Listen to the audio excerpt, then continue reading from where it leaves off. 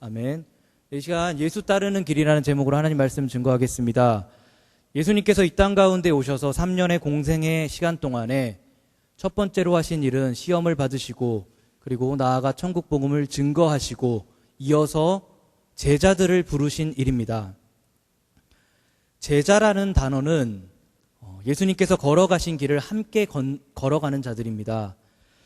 그렇다면 예수님께서 걸어가셨던 그 길이 어떤 길인지를 살펴보면 제자가 어떤 길을 걸어가야 될지를 살펴볼 수가 있습니다. 예수님께서 걸어가셨던 길은 비록 고난의 길이었지만 하나님 아버지 앞에 순종의 길이었고 그리고 또한 영광의 길이었습니다. 3년 동안 하나님의 나라를 도래하기 위하여 그 과업을 완성하기 위하여 가장 중요시하셨던 것이 바로 제자를 부르시는 일이었기에 이제 우리 부름받은 제자들은 자기 십자가를 지고 주님을 따르기를 주님께서 간절히 원하고 계십니다.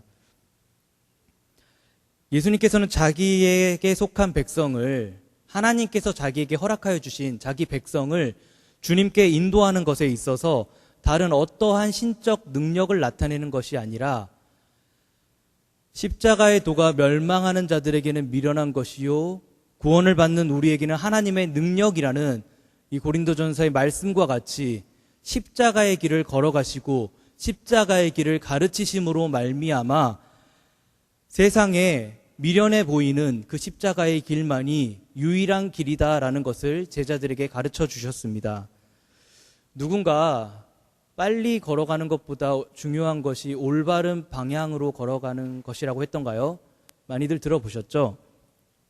그런데 올바른 방향으로 가는 것보다 더 중요한 것이 있습니다. 그것은 바로 누구와 함께 가느냐인 것 같습니다. 그러니까 수많은 여행을 다닐 때, 또 선교를 다닐 때, 또 학교를 다닐 때에도 어디를 가냐보다 중요한 것이 바로 누구와 함께 가냐인 것 같습니다. 학교에서도 친구를 만나는 것에 따라서 자신의 진로도 변경되고 가치관도 변경됩니다. 또 친구들과 여행을 갈 때 먹을 것을 좋아하는 친구들과 함께 여행을 가면 어떻게 되죠? 먹방 투어가 되죠. 또 반면에 쇼핑을 좋아하는 친구들과 함께 여행을 가게 되면 어떤 여행이 될까요? 여기저기 구석구석 다니며 쿠폰 신공을 써가는 이러한 여행이 될 것입니다. 이처럼 누군가와 함께 길을 간다라는 것은 함께 길을 만들어가는 여정이라는 것입니다. 이 길은 목적만을 빨리 이루기 위한 그러한 방향과 길이 아니라 하나님 아버지 앞에 주님과 함께 이야기를 써가는 길이며 우리의 인격이 하나님께 속하여서 우리의 인격과 하나님의 인격이 교제함을 바탕으로 올바른 방향과 우리에게 합당한 최적의 속도로 우리를 인도하는 길입니다. 예수님께서 이 길 가운데 우리와 동행하여 주십니다. 예수님은 이 땅 가운데 오셔서 세상을 바꾸신 것이 아니라 사람들을 부르시고 사람을 바꾸셨습니다. 그렇기에 사람이 너무나 중요합니다. 사람을 낚는 업으로 우리를 부르셨습니다. 우리를 초대하셨습니다. 주님이 우리를 부르시고 초대하셨기에 우리도 각자 자기의 그물을 내버려 두고 우리의 모든 생각과 마음을 다 내버려 두고 이제 사람 낚는 어부의 길이 무엇인지를 오늘의 말씀을 통해서 함께 배워보도록 하겠습니다. 우리가 성경을 보면 제자도라는 말의 뜻을 정의를 내리고 있지 않습니다. 반면 제자라는 사람이 어떠한지에 대해 서도 잘 나타나 있지 않는 것 같습니다. 네. 그렇지만 제자들의 삶이 어떤 삶인지, 그들의 인격이 어떠한 인격인지는 수많은 곳에서 변증을 해주고 있습니다. 우리가 지상명령이라고 알고 있는 마태복음 28장 18절에서 20절 말씀 모두 다 알고 계시죠? 이 구절은 우리가 생각하는 성도의 전부를 가르쳐주고 있습니다. 그렇게 우리가 어떠한 표준에 맞추어 살아가고 어떻게 살아가고 어떠한 가르침을 받으며 어떻게 훈련을 받아야 될지에 대한 예수 그리스도의 대답을 담아두고 있는 그러한 구절입니다. 이 명령은 제자들에게 뿐만 아니라 성경을 통해 모든 성도들에게, 믿는 성도들에게 열려있는 구절입니다. 제자가 누구인지에 앞서서 잠시 먼저 성도에 대한 정의를 내려보겠습니다. 성경에 성도라고 적혀 있는 단어는 헬라어 라이코스인데, 이 라이코스라는 말은 성경에 기록되어져 있지 않습니다.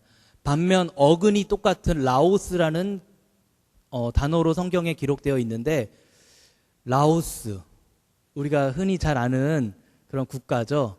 이게 백성이란 뜻을 담고 있습니다. 그래서 성도란 누구인가? 그러면 하나님의 백성을 가리키고 있습니다. 그러니까 이 자리에 모여 있는 우리 모두가, 이 전 교회가 하나님 앞에 백성이고 곧 성도라는 뜻입니다. 성도는 택함받은 자라는 뜻을 가지고 있기 때문에 우리가 다 그리스도께 구속을 받아서 새로운 피조물이 된 것을 의미하고 있고, 하나님 앞에 모두 다 동등하고 서로 하나님 앞에 1대1로 선 지체들이라는 것을 의미하고 있습니다. 그런데 바울은 이 교회를 지칭할 때에 그리스도의 몸, 성도를 지칭할 때에 그리스도의 몸이라는 단어를 사용하고 있습니다. 이것은 모든 성도가 지체로서 다 중요하다라는 것을 의미하고 있습니다. 우리는 서로가 서로를 섬기고, 서로가 서로를 돌아보고, 서로가 서로를 정말 의존해야만 하는 그런 관계 속에 놓여져 있습니다. 그래서 좀 세련된 말로 말을 하면 교회를 유기적 공동체라고 말을 하고 있죠. 누군가는 주의 손이 되어야 되고, 누군가는 주의 발이 되어야 되고, 누군가는 주의 입술이 되어서 각자가 그리스도의 몸으로서, 머리 대신 예수 그리스도를 섬기는 몸으로서 주님을 섬기고, 서로가 서로를 돕고 아플 때에도 서로가 함께 아파하는 공동체를 의미하고 있습니다. 이것을 위해 하나님께서 우리 가운데 차별이 없는 은사를 교회에 나눠주셨습니다. 그래서 은사를 통해 몸을 고르게 하고 교회를 돌보는 기능을 우리 가운데 요구하고 계십니다. 그런데 우리 성도들의 모습은 어떠한가요? 그리스도의 몸인가요? 하나님의 백성인가요? 우리 잠시 옆 사람을 한번 바라보겠습니다. 네, 이렇게 생기신 분이 바로 그리스도의 몸입니다. 네, 우리가 바로 그리스도의 몸입니다. 그런데 이 교회가, 그리스도의 몸인 교회가 세상에서 힘과 능력을 발휘하지 못하는 시대인 것 같습니다. 왜 그럴까요? 왜 우리가 세상에서 빛과 소금의 역할을 다 해내지 못하고 있을까요? 이것은 쉽게 말해서 우리 반석이가 마음의 굳건함을 가져야 되는데 유리멘탈인 모습이라는 것입니다. 그리고 찬송이가, 그럼 입술에 찬송이 나와야 되잖아요. 이름이 찬송이면. 그런데 거의 뭐 맨날 욕설과 폭언을 난무하는 지체가 돼버렸다는 것입니다. 또 화평이가 트러블 메이커, 공동체에 가는 곳곳마다 문제를 일으키는 지체가 돼버렸다는 것입니다. 이것은 반석이가 더 이상 반석이가 아니라는 것이며, 찬송이가 더 이상 찬송이가 아니라는 것이며, 화평이가 화평이가 될 수 없다라는 것입니다. 이처럼 교회도 교회가 아닌 모습을 지금 세상 가운데 비추고 있습니다. 우리도 소수의 직분자만이 그리스도를 섬기는 것이 아닌가 얘기를 합니다. 그래서 정말 소수의 직분자들만이 교회를 섬겨가고 있습니다. 그래서 힘들고 지쳐서 쓰러지죠. 그래서 목사님이나 전도사님을 찾아옵니다. 도저히 못하겠어요. 그래서 열심히 같이 권면을 하죠. 그래, 네가 제대로 된 길 가고 있다. 너 지치고 외롭고 힘들지? 예수님이 가셨던 길이 바로 그 길이다 라고 얘기를 해줘도 본인이 힘들고 지치고 쓰러지고 낭망할 때 내가 올바로 된 길 가고 있구나 라고 생각을 하면 되는데, 아무도 몰라줘, 나 힘들어, 죽을 것 같아, 그만할래 라는 모습으로 찾아온다라는 것이죠. 또 와서 이런 핑계를 많이 댑니다. 제가 전문성이 좀 부족한 것 같습니다. 찬양을 해야 되는데 제가 아는 것이라고는 4분의 4박자밖에 모릅니다. 검은 것은 글씨고 음표인 것 같고, 흰색은 바탕인 것 같은데 도저히 악보를 못 읽습니다. 이런 핑계도 되죠. 그런데 우리가 언제 실력으로 주님 찬양하나요? 실력에 있어서는 잘하는 사람들 세고 셌죠. 우리는 은혜로 찬양하는 자들 아닙니까? 하나님 앞에 은혜로서 선 자들입니다. 우리의 부족함을 다 받아주시고 이해해 주시고 우리의 상황과 형편을 다 아시기에 우리의 최선을 바라고 계시는 것뿐입니다. 하나님께서는. 그런데 이처럼 바빠서 못하겠다, 전문성이 없어서 못하겠다, 나의 생업에 지장을 둬서 못하겠다, 이러저러한 핑계를 가지고 하나님 앞에 맡겨진 직무를 거부하고 밀어내는 것은 구약에 나타난 아브라함의 자녀, 이삭의 자녀, 장자였던 에서가 그의 장자권을 소홀히 하여 팔아먹었던 것과 같은 원리입니다. 우리도 하나님께서 우리에게 맡겨주신 제자라는, 성도라는 직분을 충분히 감당하지 못하고 에서와 같이 그 직분을 팔아버립니다. 힘들어서 못해 먹겠다라고 잠깐의 쉼이라는 그 팥죽과 그 장자권을 바꿔버립니다. 하나님께서 우리 가운데 성도라는 소명을 주셨습니다. 이것은 우리가 생명과 바꿀 수 없는 너무나 귀한 소명입니다. 지금까지 성도에 대한 정의를 내려보았습니다. 성도란 전 교회를 가리키고 하나님 앞에 1대1로 서야 되는 자들이라는 것을 기억하시기 바랍니다. 이것이 아니라면 우리의 구원을 인정하는 것이 아닙니다. 자, 그렇다면 이제 제자란 누구인지에 대해서 한번 나눠보도록 하겠습니다. 서두에 말씀드린 바와 같이 예수님께서는 공생의 사역의 시작을 제자 부르심으로 시작하셨고, 하나님께서 허락하여 주시는 제자들을 얻고자 힘써 기도하셨습니다. 그리고 그들을 부르시고 가르치시는 것에 자신의 전생애를 투자하셨습니다. 그것은 예수 그리스도께서 제자들을 통하여 산 표본, 다시 말해 살아있는 교과서를 만들고자 그들을 부르시고 가르치시고 세우셨다라는 것입니다. 그렇기에 제자들은 예수 그리스도의 말씀 전부를 다 전수받아야 되는 의무를 가지고 있습니다. 우리는 가끔 이런 의문을 하죠. 예수님의 제자들은 예수님 눈앞에서 보고 함께 밥 먹고 함께 돌아다니면서 실수도 하고 막 죽은 자 살리신 거 보고 이랬는데 우리 이런 거 못 봤잖아요. 그런데 우리도 제자일까요? 라는 의문을 가지게 됩니다. 혹은 우리 위대하신 우리 목사님, 우리 강도사님, 전도사님들, 혹은 훈련된 정말 장로님, 교사들, 이런 분들만 제자가 아닐까요? 라는 의문을 가질 때가 있습니다. 그러나 예수님께서 요구하신 길은 시대를 떠나 모든 성도들에게 요구되는 제자의 길입니다. 선택사항이 될 수 없습니다. 아버지가 목사라고 피할 수 없습니다. 면제받을 수도 없습니다. 성도라는 것은 모두 제자의 길을 걸어간다라는 것입니다. 그래서 제자가 되고자 훈련을 받는 것이 아니라 제자로 부름받았기에 우리의 평생을 하나님께 훈련받아야 된다라는 논리가 세워지는 것입니다. 훈련이라는 것은 미완성을 담고 있습니다.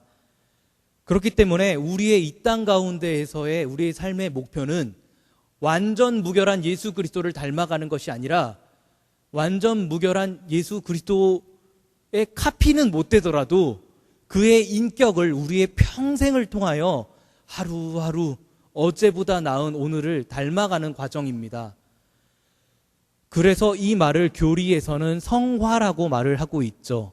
성화는 미완성을 의미하고 있습니다. 언제야 비로소 하나님 앞에 완전 무결하게 되어지죠? 그것은 우리가 죽음의 문턱을 넘어서 예수 그리스도의 얼굴과 우리의 얼굴이 맞닿는 그 시점에야 비로소 완전한 무결함을 가지게 될 것입니다. 그러나 그 죽음을 하나님께서 우리를 부르시는 그 전날까지는 어제보다 더 나은 오늘, 오늘보다 더 예수님을 닮고 싶은 내일을 살아가면서 우리의 인격이 예수님을 닮아가야 된다는 것입니다. 가끔은 이 미완성이라는 것을 악용하여서 어차피 안 되는 거 될 대로 살자 이렇게 악용하는 사람들이 있습니다. 그러니까 뭐 성격대로 살자, 되는 대로 살아야지, 이 모습 이대로 뭐 우리가 크게 변하겠어? 이러한 모습으로 살아가는 자들이 있습니다. 이것은 제자라는 거룩한 신분을 돼지에게 던져주는 것과 마찬가지입니다. 제자는 하나님이 예수님에게 허락하여 주신 자들만 제자입니다. 그렇기에 우리가 제자가 될 수 없고 주님이 우리를 부르셨기에 우리가 제자가 될 수 있는 것입니다. 우리는 날마다 예수 그리스도를 닮아가면서 주님 다시 보는 그날까지 그의 인격을 닮아가는 우리의 훈련의 삶을 살아야 됩니다. 자, 이제 제자의 정의와 삶에 대해 알아보았다면 이제 예수님이 제자들에게 전하신 말씀이 무엇인가를 한번 그럼 살펴보도록 하겠습니다. 예수님이 제자들에게 위임하신 것은 예수는 그리스도, 예수는 메시아, 예수는 구원자이심을 증거하는 것이었습니다. 예수님은 세상에 자기를 증거할 자들을 제자로 부르셨습니다. 예수님과 함께 먹고 자고 배웠던 이 12 사도들과 수백여 명의 제자들의 가르침을 받아 예수가 하나님의 아들 그리스도이심을 배우고 자라난 자들이 이제 스데반 집사님과 같이 비록 예수 그리스도의 얼굴은 보지 못했지만 이제 다시 그 말씀을 듣고 배움으로 예수는 주, 예수는 그리스도이심을 다시 이 세상 가운데 전하는 것이 바로 예수님께서 가르치신 모든 내용입니다. 성경에는 수천 명의 증인이 나옵니다. 그런데 놀라운 사실은 사도들이, 예수님의 제자들이 예수님을 제외하고 나아가서 복음을 전해라 라고 직접적으로 가르치신 구절이 없습니다. 그러니까 이것은 다시 말해서 예수님의 가르침을 받은 예수님의 제자들이 또 사도들의 가르침을 받은 우리와 같은 예수님의 얼굴을 보지 못한 제자들이 예수님을 믿고 신뢰하고 우리의 마음속 깊숙한 곳에서부터 인격이 변화되어서 예수를 그리스도로 영접하는 순간 성령님께서 주시는 내적 충동이 우리 가운데 있었다라는 것입니다. 그래서 우리도 예수님을 처음 만났을 때 예수님 너무 자랑하고 싶었죠. 마치 맛집에 한번 가보면 이 맛집을 막 전도하고 싶잖아요. 이것이 사람의 심리인데 우리가 구원자 대신 우리를 죄악 가운데에서 구원하여 주신 새 생명을 주신 예수님을 만나는 순간 우리가 얼마나 기뻤던가요? 우리의 첫사랑을 기억해 봅시다. 누군가 강조해서 예수님 믿었나요? 그렇지 않았죠. 또 누군가 전도하면은 내가 100원 줄게, 사탕 줄게 이래서 우리 어렸을 때 전도했던가요? 아니죠. 교회에 오는 게 너무 좋고 가족과 또 다른 가족의 모습, 이것이 천국이구나, 이것이 하늘에서 누릴 영원한 복락이구나, 이것이 바로 천국 백성이라는 새로운 가정이구나 라는 것을 느낀 자들이 나아가 힘써 예수님 전했던 것이죠. 그래서 이 성령이 주시는 내적 충동은 특별한 현상이 아니라 믿는 모든 자들에게 주시는 일반적인 현상입니다. 그런데 이와는 반대로 은사가 있습니다. 이 은사는 봉사를 위해서 성령께서 주시는 주권적인 선물입니다. 그렇기에 전도는 은사가 될 수 없습니다.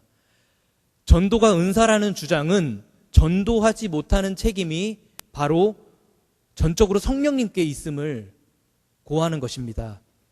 우리 주변에는 말보다 행위로 전도하는 것이 아름답다라고 옳다라고 주장하는 사람들이 간혹 있는 것 같습니다. 맞는 의견이기도 합니다. 부분적으로는. 그러나 말로 전하지 않는 증거로서는 성경이 말하는 참된 복음을 전부 증거할 수가 없습니다. 그렇기에 참된 행실을 넘어서는 진정한 전도는 바로 우리의 입술을 열어 예수 그리스도를 증거하는 것입니다. 행동이 아무리 아름답고 선하할지라도 말하지 않는 증거에는 구체적인 예수 복음이 빠지기 때문입니다. 예수를 기쁘게 자랑하고 예수를 기쁘게 고백하는 인생들은 창피해서라도 자신의 삶이 책임감을 가지고 하나님 앞에 거룩하게 살아가고자 합니다. 그렇죠. 내가 입으로 뱉었는데, 특별히 형제들, 의리 아니에요. 한번 내가 가겠다 하면은 예수 안 믿어도 한 번, 두 번 따라오다가 이렇게 예수 영원히 잘 믿게 되는 이런 분들 많이 계시잖아요. 친구 따라 약속 한번 잘못했다가 이곳에 오셔서 의리로서 예수 믿다가 예수님 만나고 이제 예수님의 의리남 되어서 예수 믿는 사람들 많이 있죠. 이런 것처럼 우리의 신앙 고백과 전도는 우리의 삶을 신앙 고백의 삶으로 인도하여 나아갑니다. 그런 입술의 권세가 있습니다. 이렇게 전도하고 우리가 함께 살아가는 삶은 또한 우리의 인격과 우리의 모든 행위를 다 주님 앞에 올려드립니다. 그리하여서 예수님께서 말씀하신 그리스도의 향기를 내뿜는 그러한 주님의 제자로서 살아가는 선순환적인 사이클로 우리를 인도하여 나아갑니다. 그것의 첫 번째가 무엇이었던가요? 그것은 바로 신앙을 고백하고 전도하며, 입술로 전도하며 전도하는 그 우리의 복음의 내용대로 우리가 살아가는 것이 바로 우리가 주님을 따르는 귀한 선순환적인 삶이라는 것입니다. 이 말씀을 가지고 예수님은 그럼 과연 어떠한 삶을 이 땅 가운데 살아가셨을까요? 제자로서의 삶을 부르시고 성도로서 제자로서 우리들을 불러주시고 제자의 삶이 무엇인지에 대해 가르쳐 주시고 그리고 본인 자신은 이 가르침을 어떻게 살으셨을까요? 그 모습은 바로 종의 모습이었습니다. 종은 낮은 신분을 의미합니다. 아주 낮고 천한 신분을 나타냅니다. 이 섬기다라는 말은 제자된 사람들의 신분과 기능을 참 잘 나타내주고 있는 것 같습니다. 그러니까 예수님을 주님으로 모신다라는 것은 우리가 그리스도를 섬기는 종입니다. 노예입니다. 라는 고백인 것입니다. 종의 직분은 예수님께서 우리 가운데 보여주신 모범입니다. 종으로서의 삶은 모든 제자가 피할 수 없는 길입니다. 자, 그렇다면 종으로서 제자의 삶은 어떠한 삶이어야 될까요? 예수님은 십자가 사건을 앞두고 마지막 유월절에 만찬을 하시며 제자들의 허리에 띠를 두르시고 제자들의 발을 씻겨주시는 본을 보이셨습니다. 허리에 띠를 두르셨다라는 것은 자신의 예를 갖추셨다라는 것입니다. 우리가 섬겨야 될 주인이 우리를 향하여 종된 예의를 갖추시고 우리에게 섬겨주셨다라는 것입니다. 그리고 우리에게 어떤 모습을 나타내 주셨습니까? 제자는 섬기는 자라는 것을 몸소 가르쳐 주셨습니다. 행동으로 가르쳐 주신 산 교육을 우리 가운데 보여주셨습니다. 이처럼 제자의 복은 자신이 예수님의 종이며 종은 주인보다 높지 못하다라는 것을 알고 그대로 실천하는 것입니다.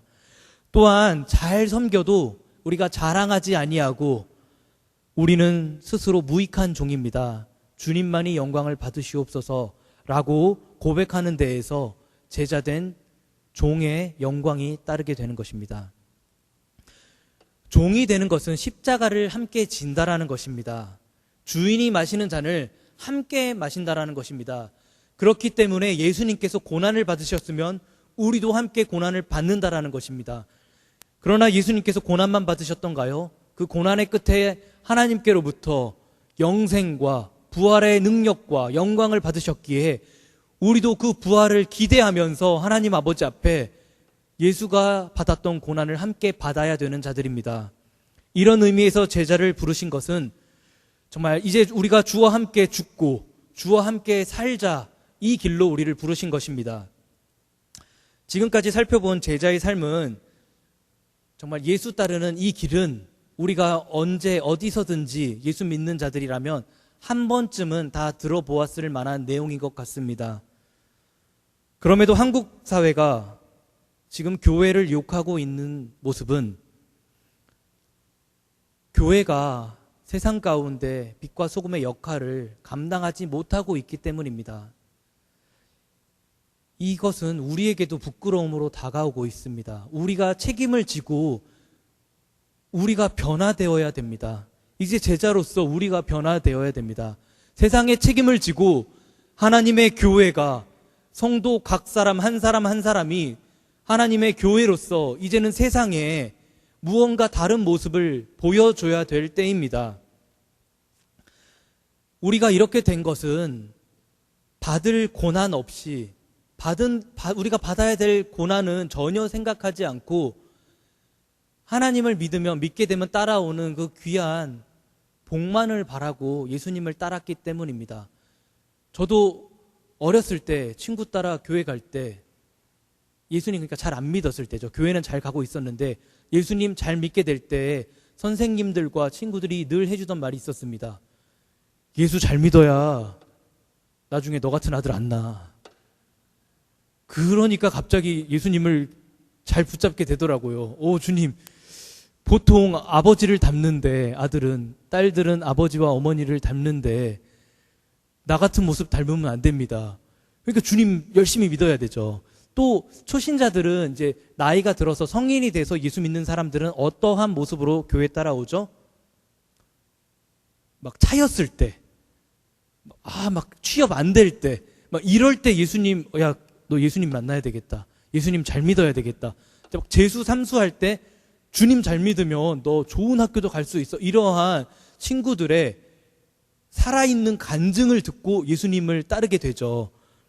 그런데 거기에 빠져 있는 복음이 바로 고난의 복음입니다. 이 고난 없이 예수님을 따랐기 때문에 우리가 받을 영광만 취하고자 예수님을 따르게 된다는 것이죠. 그러니까 이 십자가의 길을 너무나 쉽게 본다라는 것입니다. 고대에서 십자가는 예수님 당시에 영광의 물건이 아니었습니다. 십자가는 고난, 죽음을 상징하는 물건이었습니다. 예수님께서는 저주와 죽음의 십자가를 지셨습니다. 그렇기에 우리에게도 하나님 앞에 복종하여 각자 자기 십자가를 지고 나를 따르라 라고 말씀하고 계십니다. 우리가 지어야 될 십자가는 각기 다른 것 같습니다. 각기 믿음의 분량대로 또 하나님의 주신 환경 따라서 다 우리가 지어야 될 십자가는 다른 것 같습니다. 그러나 모든 성도들에게 동일한 것은 자기 십자가를 지고서야만이 반드시 주님을 따를 수 있다라는 것입니다. 자기 십자가를 지고 주님을 따르는 자들에게만 부활의 영광이 주어집니다. 우리 구약 성경을 살펴보면 종에 관한 규례가 나옵니다. 놀라운 사실은 광야에서 십계명을 허락하여 주시죠. 출애굽기 20장에. 그리고 십계명 이후에 아직 만들어지지도 않는 성소에 대한 제단에 관한 규례를 내려주십니다. 예배에 대한 규례를 내려주신 것이죠. 그 다음 주신 규례가 무엇이냐면 바로 종에 관한 규례입니다. 이 당시에는 6년 동안 히브리 종이 주인을 섬기고 그리고 나서 7년이 되면 자유를 얻을 수 있었습니다.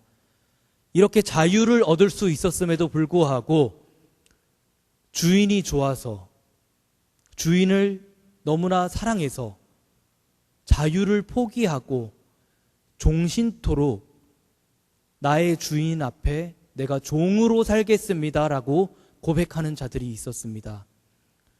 과연 그렇다면 그 주인은 어떠한 주인이었을까요?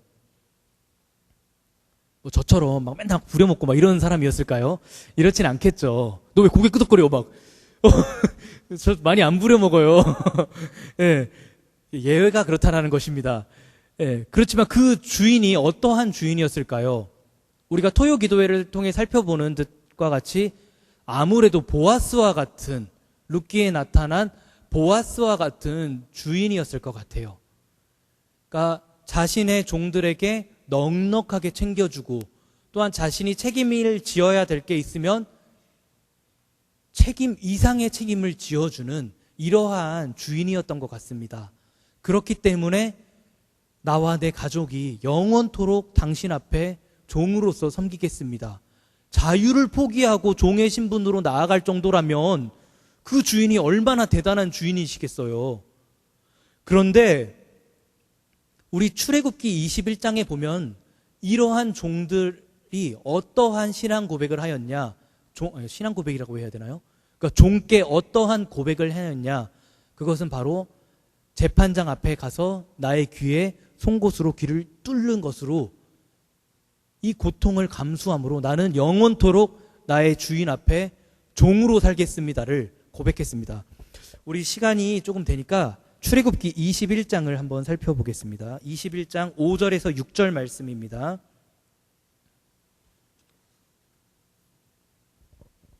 출애굽기 21장 5절에서 6절 말씀입니다.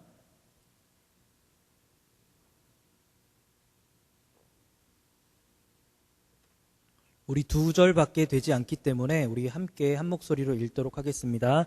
출애굽기 21장 5절 6절 시작. 분명히 말하기를 내가 상정과 내 처자를 사랑하니 나가서 자유인이 되지 않겠노라 하면 상전이 그를 데리고 재판장에게로 갈 것이요 또 그를 문설주 앞으로 데리고 가서 그것에다가 송곳으로 그의 귀를 뚫을 것이라. 그는 종신토록 그 상전을 섬기리라. 아멘.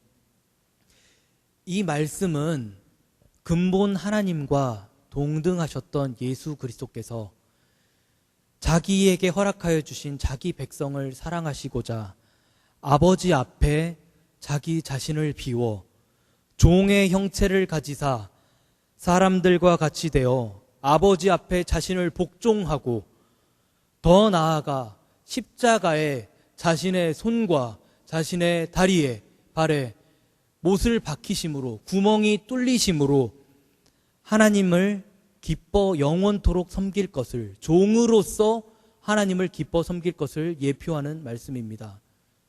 예수님께서도 친히 하나님 아버지 앞에 종이 되셨습니다. 하나님을 너무나 사랑하기에 자신에게 속한 나의 백성들을 너무나 소중히 여기기에 친히 하나님 아버지 앞에 종의 모습으로 나아가 내가 주님을 섬기겠습니다. 그리고 그 십자가에서 내가 함께 죽겠습니다. 라고 자신의 몸에 구멍을 뚫기까지 하나님 앞에 복종하셨습니다. 예수님께서 친히 제자들에게 가르치신 것은 이같이 자원하여서 나를 섬기라는 것입니다. 우리도 자원하여서 하나님 앞에 우리 자신을 기쁨으로 내어드려서 우리의 귀를 뚫어 하나님 앞에 종된 삶을 살기를 바랍니다.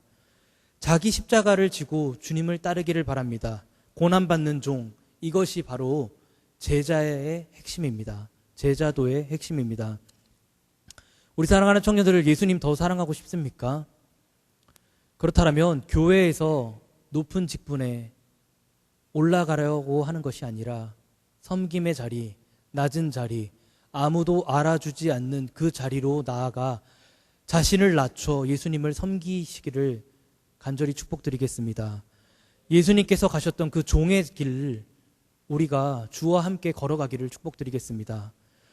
아무도 알아주지 못해도, 목사님도 알아주지 못하고, 내 친구도 알아주지 못하고, 심지어는 예수님마저 알아주지 않는 것 아닌가라는 그 외로움 속에서도 분명한 것은 예수님은 그 길 가셨습니다.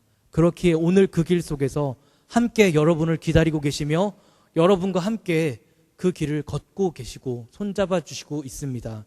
예수님 우리와 동행해 주십니다. 예수님이 사도 베드로에게 내가 젊어서는 스스로 띠를 띠고 원하는 곳으로 다녔지만 늙어서는 남이 너를 묶어 원하지 않는 곳으로 끌고 갈 것이다 라고 말씀하셨습니다.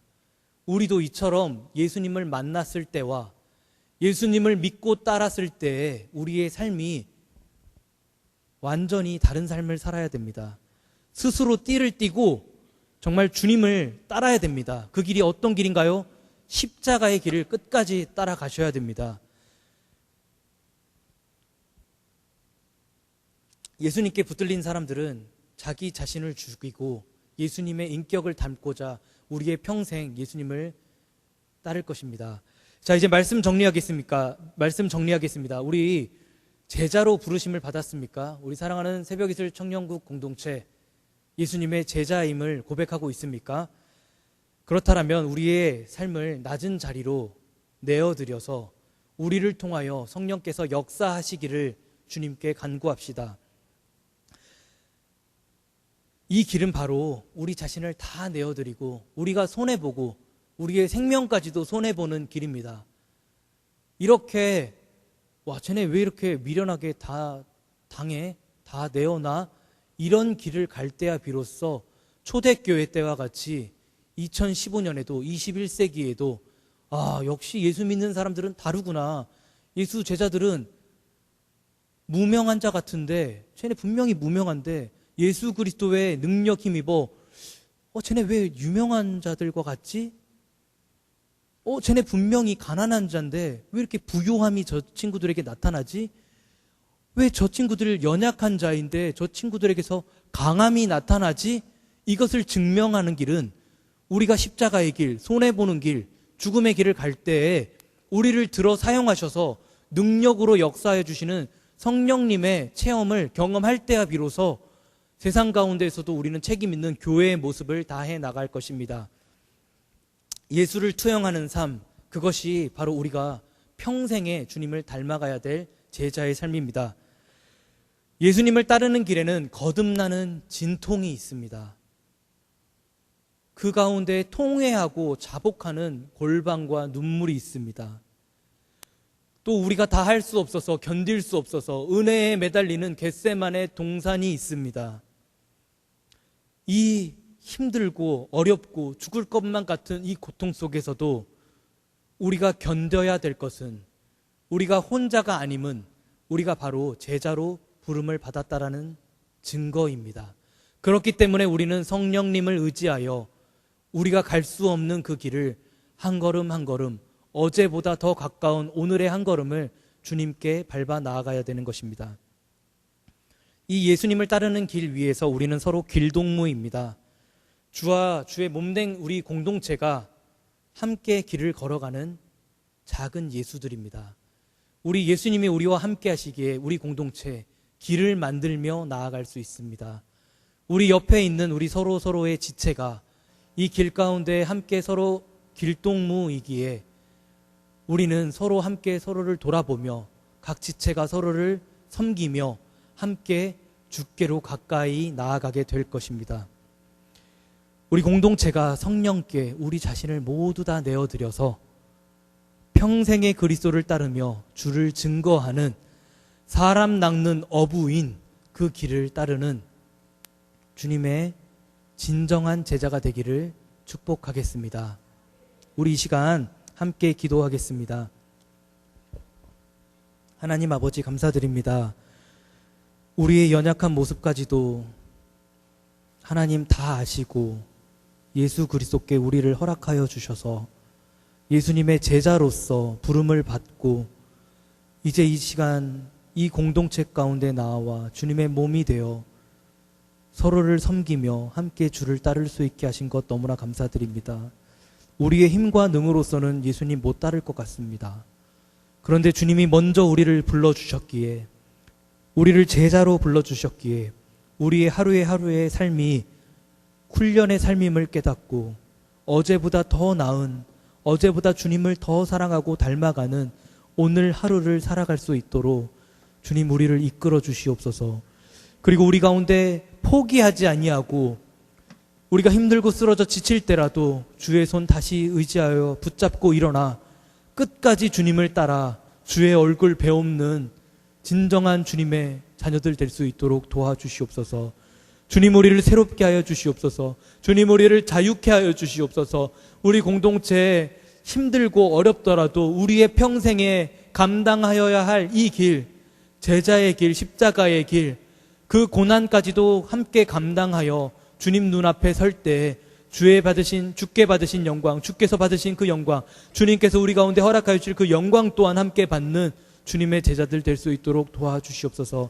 그 제자된 삶을 우리 가운데 허락해 주심을 감사드리며 한 주간의 삶을 통하여서도 우리가 쓰러지고 넘어질 때라도 다시 주의 손 의지하여 붙잡고 일어나 주님 앞에 눈물 흘리며 주님 고백하며 주님만을 바라는 인생 될 수 있도록 우리 사랑하는 청년들 축복하여 주시옵소서. 귀한 말씀 주심에 감사드리며 또한 우리의 삶 또한 지켜주심에 감사드리며 우리 살아계신 예수 그리스도 한 분 이름으로 기도드렸습니다.